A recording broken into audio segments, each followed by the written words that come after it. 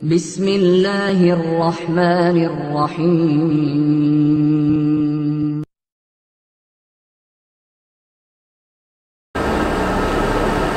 بسم اللہ الرحمن الرحیم وَإِذَا تَمَّ الْوَقْفُ لَمْ يَجُزِ الرُّجُوعُ فِيهِ۔ وقف کا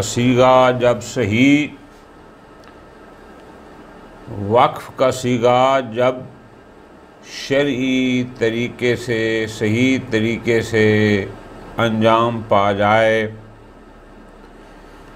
صیغہ وقف عقد وقف صحیح ہو جائے، اس کے بعد اس وقف میں رجوع کرنا جائز نہیں ہوتا۔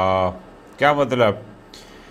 یعنی آپ نے ایک مال کو وقف کرنا ہے، پنکھا بند کر دیں، ایک مال کو وقف کرنا ہے اور اس وقف کے صحیح ہونے کے لیے جو کچھ ضرورت شرعاً تھی وہ ہو گئی، یا بالفاظ دیگر جب بھی کسی مال کا شرعی طریقے سے وقف ہو جائے گا، پھر واقف کو بھی اختیار نہیں ہے، پھر اس کے پاس بھی حق نہیں ہے کہ وہ اس میں رجوع کر لے۔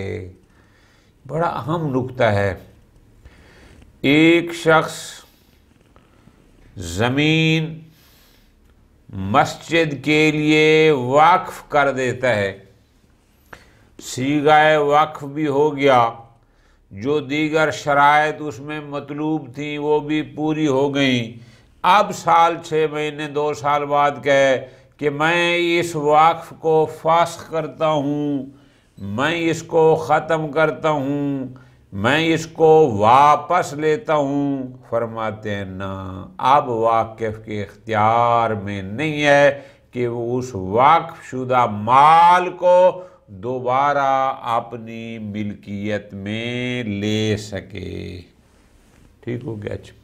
یہ مسئلہ ختم۔ آگے شہید نے فرمایا ہے وَشَرْطُهُ التَّنْجِیزُ۔ اگرچہ ہم نے کچھ چیزیں ابتدا میں گزارش کی ہیں کہ وقف کے لیے الفاظ صریح ہونے چاہیے، اور وہ لفظ صریح تو ہے وقف، تو اگر دیگر الفاظ ہوں گے تو وہاں قرینہ چاہیے۔ یہ بھی کہا ہے کہ جب تک قابض نہ ہو تب تک وقف لازم نہیں ہوتا، یا احتمال ثانی کی بنیاد پر وہ وقف صحیح نہیں ہوتا۔ ایک اور شرط ہے صحت وقف کے لیے، وہ ہے التنجیز، یعنی وقف کو منجز ہونا چاہیے، معلق نہیں ہونا چاہیے۔ کیا مطلب؟ یعنی اگر کوئی شخص کوئی مال وقف کر رہا ہے اور اس کو کسی شرط یا صفت پر معلق کرتا ہے تو یہ وقف صحیح نہیں ہے۔ اچھا، شرط اور صفت میں کیا فرق ہے؟ یہ پہلے بھی کئی دفعہ گزارش ہو چکا۔ شرط کا مطلب یہ ہوتا ہے کہ جس کام کے ہونے اور نہ ہونے کا احتمال برابر ہو، کہ ہو سکتا ہے وہ ہو جائے، ہو سکتا ہے کہ وہ نہ ہو، یہ ہوتی ہے شرط۔ صفت سے مراد یہ ہے کہ جس کے ہونے کا یقین ہو۔ مثال دونوں کی یہ ہیں، میں یہ زمین وقف کرتا ہوں مسافر خانہ کے لیے، اگر مجھے فلاں صاحب کہے تو۔ اب یہ وقف معلق ہو گیا ہے شرط پر، چونکہ ممکن ہے وہ صاحب اس کو کہے، ممکن ہے کہ وہ نہ کہے۔ اب یہ معلق علی شرط ہے، یہ وقف صحیح نہیں۔ اچھا، صفت کیا ہوتی ہے؟ میں یہ زمین وقف کرتا ہوں امام بارگاہ کے لیے، اگر کل سورج طلوع ہوا تو۔ اب یہ طلوع آفتاب صفت ہے جس کا ہونا یقینی ہے اور اس نے ہونا ہے، لیکن یہ اس کو اس پر معلق کر رہا ہے۔ ظاہر ہے وہ کل سورج طلوع کی بات کر رہا ہے، اس کا مطلب ہے وہ ابھی وقف نہیں کر رہا، وہ کہہ رہا ہے اگر کل کا سورج طلوع ہوا تو، آج کی بات نہیں کر رہا۔ فرماتے ہیں اگر کوئی شخص واقف کو کسی شرط یا صفت پر معلق کرتا ہے، یہ واقف صحیح نہیں ہے، بلکہ واقف منجز ہونا چاہیے۔ بالفعل دیگر ہم اس کو اردو میں کہیں گے واقف میں اگر مگر نہیں چلتا۔ میں یہ زمین واقف کرتا ہوں ہاسپٹل کے لیے، اب یہ نہیں کہ اگر مجھے فلاں نے کہا یا اگر ایسا ہوا، نہ، کسی شرط و صفت پر معلق نہیں ہو سکتا، ورنہ وہ واقف نہیں ہوگا۔ ٹھیک ہو گیا جی؟ یہ بہت اہم مسئلے ہیں۔ اچھا، اور اس میں شرط یہ ہے وقف میں کہ الدوام، وقف دائمی ہوتا ہے، ہمیشہ کے لیے ہوتا ہے۔ اچھا، اگر کوئی کہے کہ میں یہ زمین وقف کرتا ہوں 2 مہینے کے لیے مسافر خانے کے لیے، دوام نہیں ہے، یہ وقف نہیں ہے۔ وقف میں ہمیشگی ہوتی ہے، دوام ہوتا ہے، اس کو کسی مدت کے ساتھ آپ معین نہیں کر سکتے کہ میں مہینے کے لیے، سال کے لیے، 2 سال کے لیے، نہ۔ اچھا، میں یہ مکان، پوری توجہ کرنا، واقف کر رہا ہوں فقط انہی طلبہ کے لیے جو اس سال امتحان دے رہے ہیں۔ اس کا مطلب ہے اگلے سال والوں کے لیے یہ وقف نہیں کر رہا، باقیوں کے لیے نہیں ہے، فقط انہی کے لیے جنہوں نے ابھی چند ماہ میں امتحان دے کر فارغ ہونا چاہیے۔ اس کا مطلب ہے پھر یہ دوام نہیں، اگر دوام نہیں تو پھر یہ واقف بھی نہیں ہے۔ ٹھیک ہو گیا؟ تو پس کلیئر ہو گیا، واقف میں دوام ہوتا ہے، ہمیشگی ہوتی ہے، محدود مدت کے لیے یا محدود لوگوں کے لیے واقف نہیں ہوتا۔ ہاں، ممکن ہے کہ اس کو ہم وقف کا نام نہ دیں۔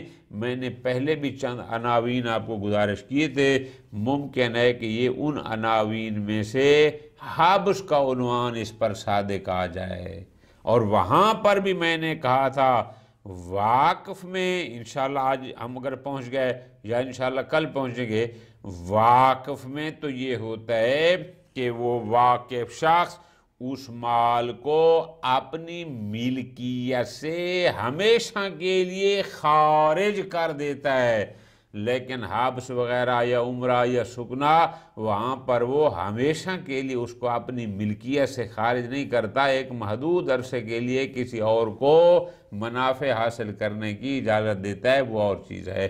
یہ بھی فرماتے ہیں اسی طرح ہے۔ ٹھیک ہو گیا؟ خوب، اب اس کے ذیل میں ایک مسئلہ ہے، اب اس مسئلے کو ذرا سمجھنا ہے۔ وہ مسئلہ یہ ہے،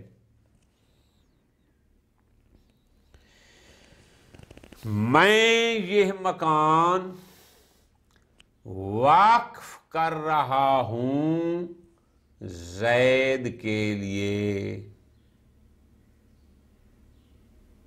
آگے زید کی اولاد، اولاد کی اولاد، ان کی بات نہیں کر رہا، دوام کی بات نہیں ہے۔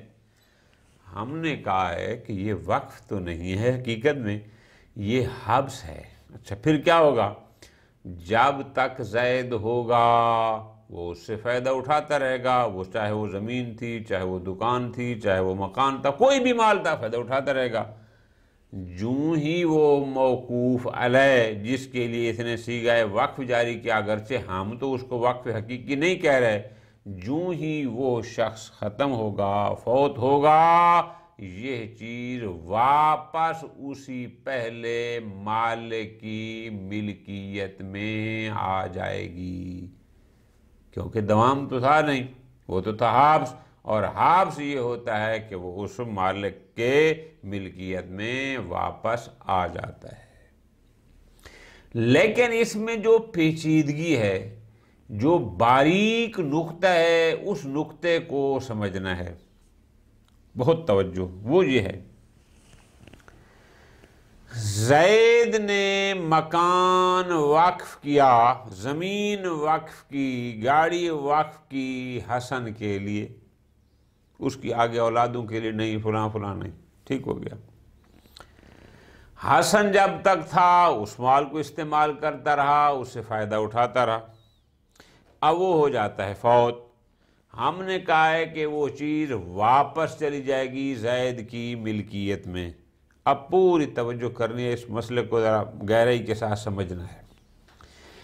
اگر تو زید خود موجود ہے تو یہ چیز اس کی اپنی ملکیت میں جائے گی، وہ اس کو لے لے گا، پھر جہاں چاہے استعمال کرے، ختم۔ لیکن اگر زید بھی فوت ہو چکا ہے، آپ کس کو دیں گے؟ تو آپ یقیناً یہی کہیں گے کہ وہ دیں گے ہم زید کے ورثاء کو، بالکل ٹھیک، زید کے ورثاء کو دینا ہے۔ لیکن نقطہ اس میں ہے کہ کون سے ورثاء؟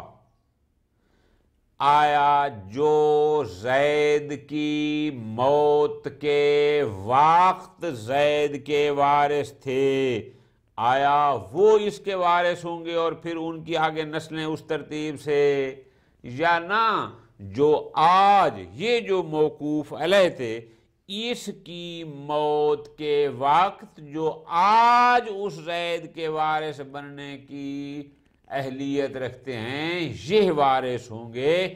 اس میں پیچیدگی ہے، اس نقطے کو سمجھنا ہے،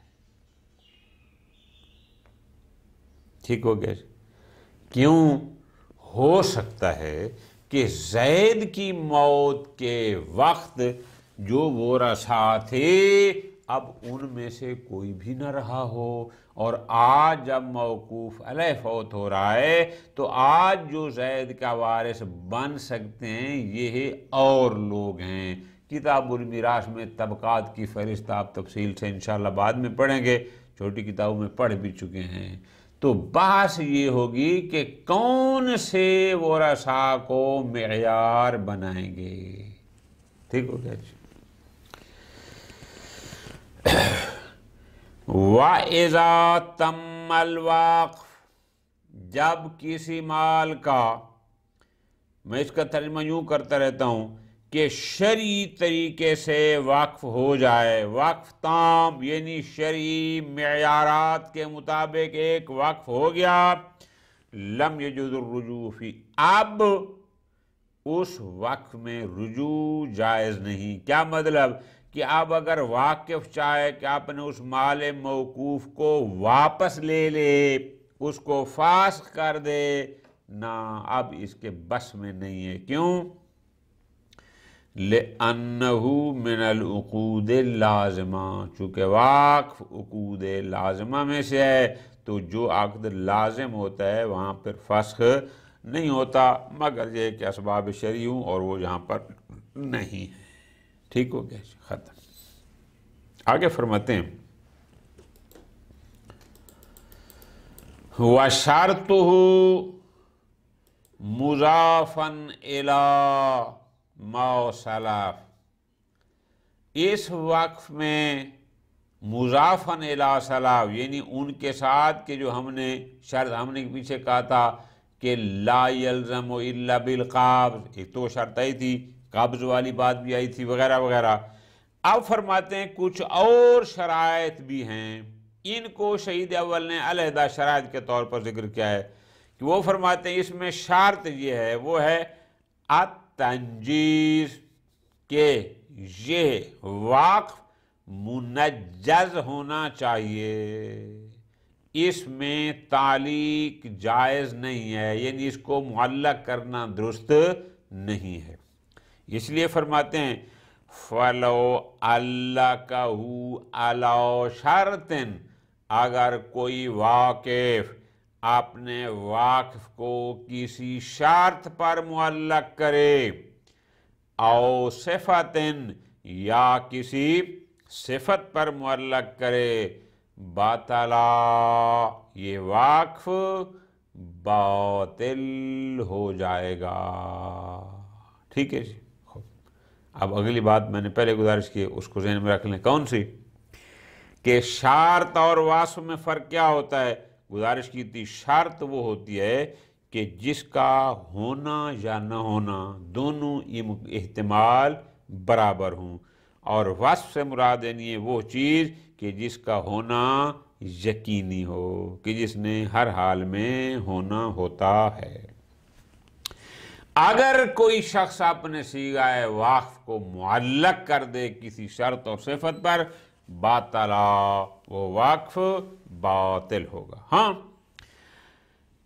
الا ان یکون واقعا، ہاں ایک صورت ہے، وہ کیا کہ اگر ایک شخص اپنے وقف کو معلق کرتا ہے ایک ایسی چیز پر، ایک ایسی صفت پر کہ جو واقع ہو چکی ہے، والواقف عالم بوقوعہ، اور واقف کو اس کے ہو چکنے کا علم بھی ہے، پھر کوئی حرج نہیں۔ مثال بڑی آسان دی ہے، مثلا ایک شخص کہتا ہے وقفت ان کان الیوم الجمعہ، میں اس مال کو واقف کرتا ہوں اگر آج کا دن جمعہ ہے، اور وہ دن جمعے کا بھی تھا اور واقف کو علم بھی تھا کہ آج جمعہ ہے۔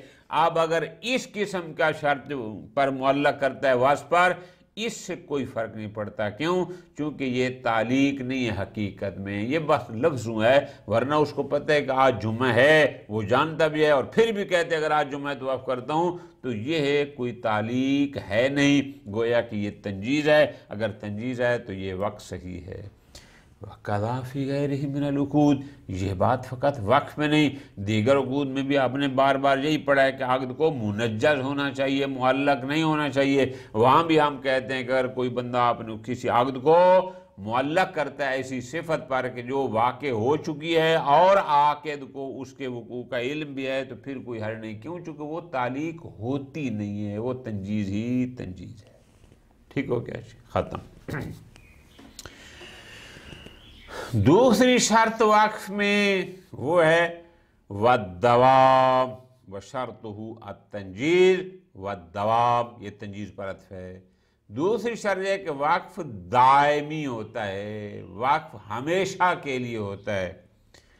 فَلَوْ قَارَنَهُ بِمُدَّةٍ، اگر بندہ ایک مال کو وقف کرتا ہے لیکن اس کو ایک مدت کے ساتھ ملا دیتا ہے کہ سال کے لیے وقف کر رہا ہوں، 5 سال کے لیے وقف کر رہا ہوں، 10 سال کے لیے وقف کر رہا ہوں، فرض کرو ایسا کہتا ہے، او جعلہ علی من ینقرض غالبا، یا وہ وقف کرتا ہے ایسے موقوف علیہم پر کہ جو عام طور پر ختم ہونے والے ہیں، یعنی جو ہمیشہ رہنے والے نہیں ہیں، غالباً وہ ختم ہو ہی جاتے ہیں، ان کے لیے وقف کرتا ہے تو بھی ہمیشہ تو نہ ہوئی۔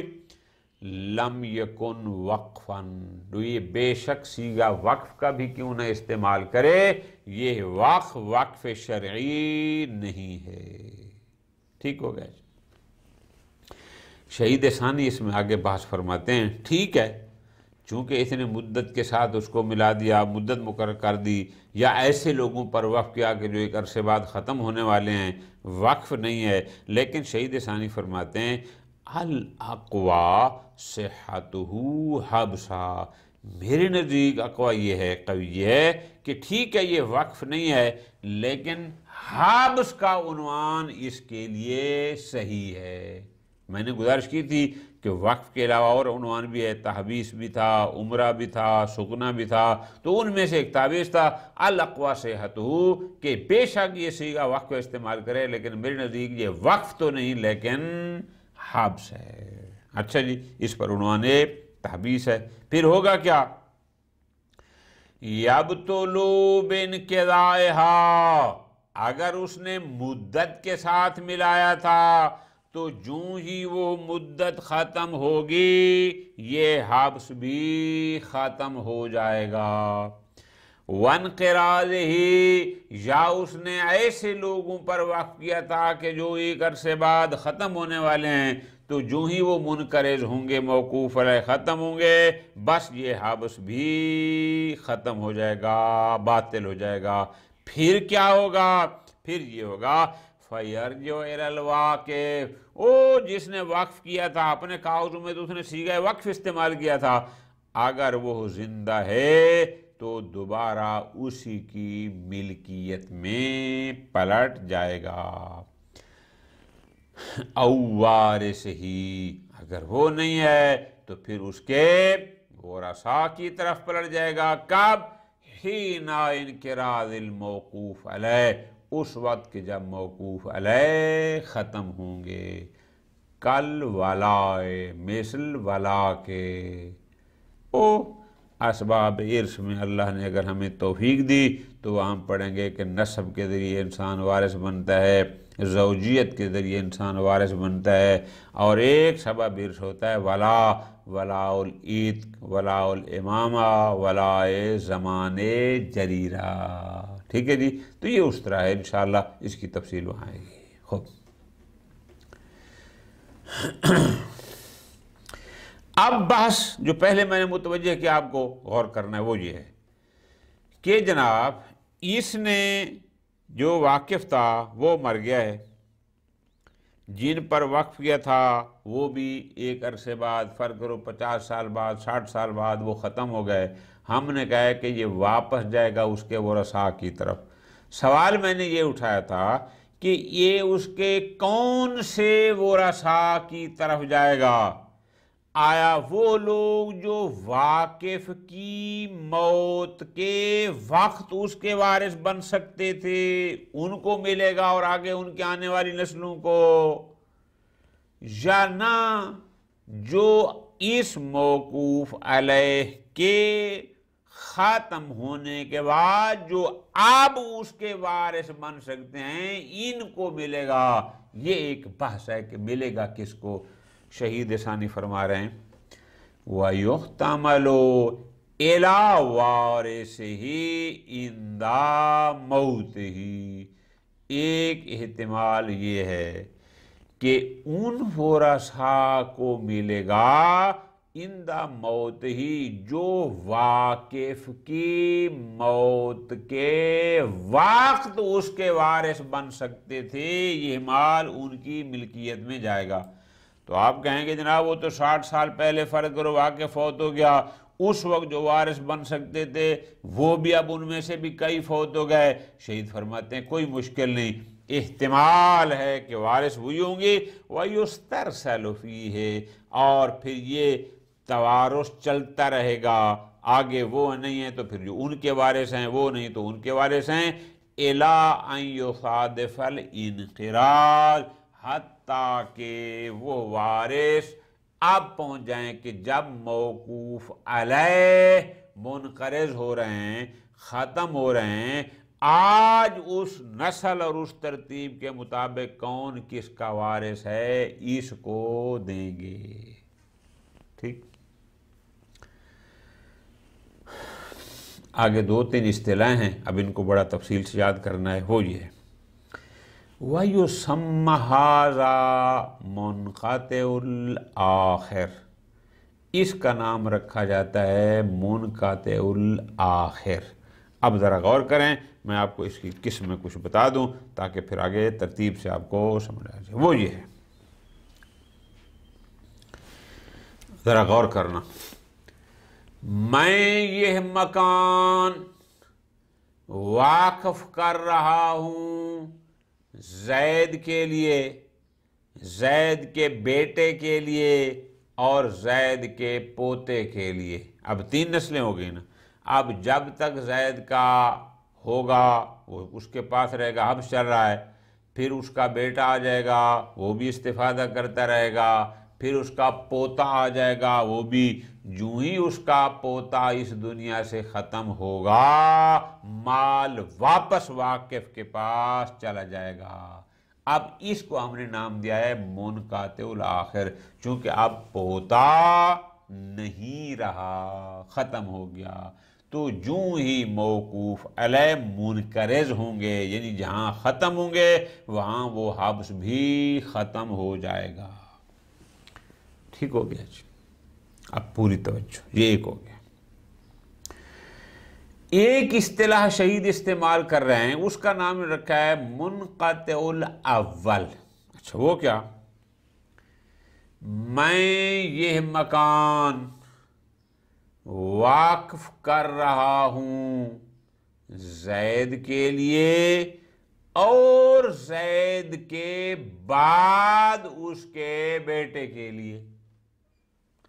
لیکن واقعیت میں دیکھتے ہیں کہ زید تو ابھی موجود ہی نہیں ہے، اس کا وجود ہی نہیں ہے.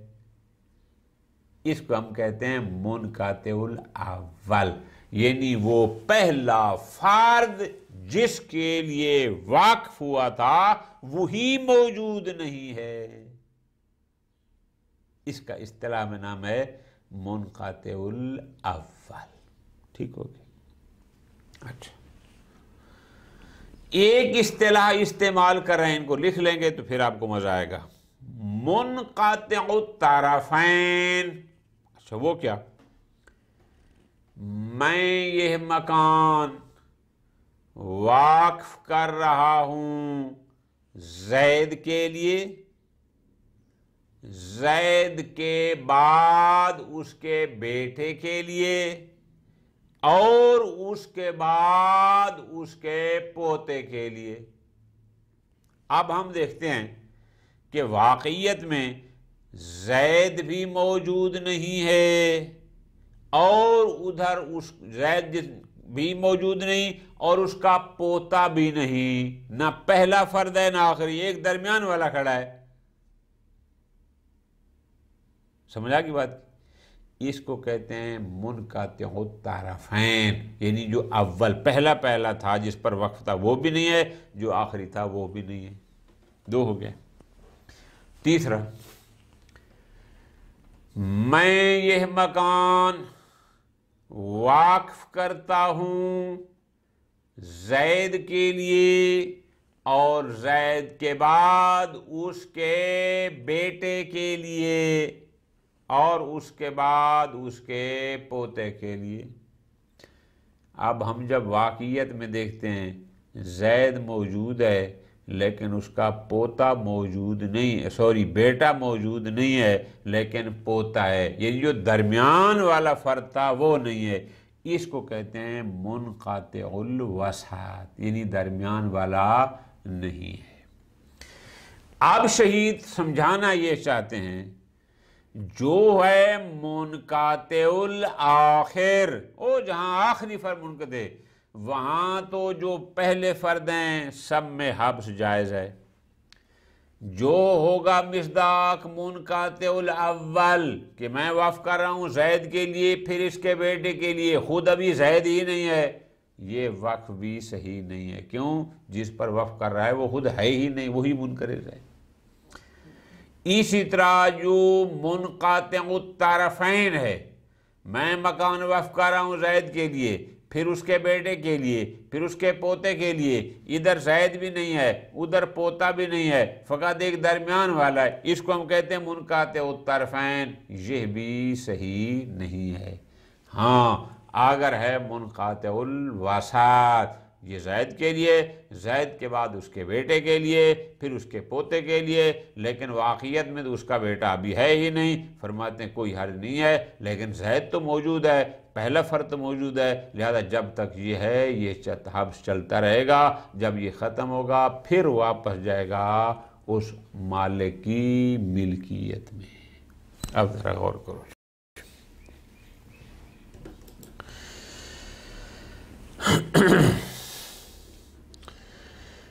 وَيُسَمَّ هَذَا مُنْقَطِعُ الْآخِرِ، اس کا نام ہے منقطع الآخر، یعنی وہ آخری فرض جس کے لیے اس نے وقف کیا تھا وہ منکر ضائع ختم ہو گیا۔ آگے فرماتے ہیں وَلَوْ انْقَطَعَ أَوَّلُهُ، لیکن اگر اس موقوف علیہ کا پہلا فرد ہی منقطع ہو، جیسے میں نے مثال دی، اس نے کہا کہ وقف کرتا ہوں زید کے لیے اور فلاں فلاں کے لیے، ابھی خود زید ہی نہیں ہے، او وسطہ، یا منقطع الوسط، میں یہ وقف کر رہا ہوں زید کے لیے، پھر اس کے بیٹے کے لیے، پھر اس کے پوتے کے لیے، اب یہ منقطع الوسط ہے، یعنی زید ہے لیکن بیٹا نہیں ہے۔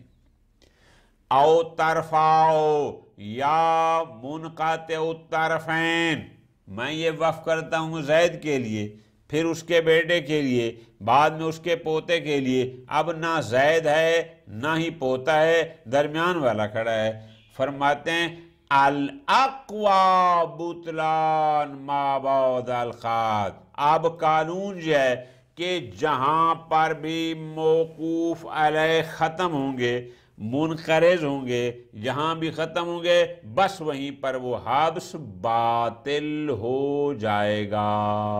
پس فَيَبْطُلُ الْأَوَّلُ، لَوْ انْقَطَعَ أَوَّلُهُ، یعنی جو منقطع الاول ہے وہاں بھی باطل، والأخیر جو منقطع الطرفین ہے وہاں بھی باطل، وَيَصِحُّ أَوَّلُ الْآخَرِ، لیکن وہ جو درمیان والا تھا وسط ہو، کہ خود بھی موجود تھا، درمیان میں بیٹا نہیں تھا پھر پوتا تھا، تو پھر جہاں خود تھا اور بیٹا نہیں تھا، وسط والا نہیں تھا، وہاں خود کی حد تک صحیح ہوگا، لیکن چونکہ آگے بیٹا نہیں ہے وہاں پر وہ منقطع ہو گیا، جو ہی منقطع ہوگا وہ حبس بھی ختم ہو جائے گا۔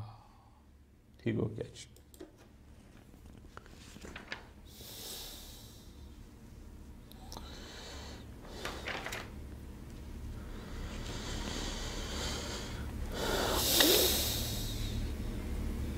وصلی اللہ علی محمد وآل محمد۔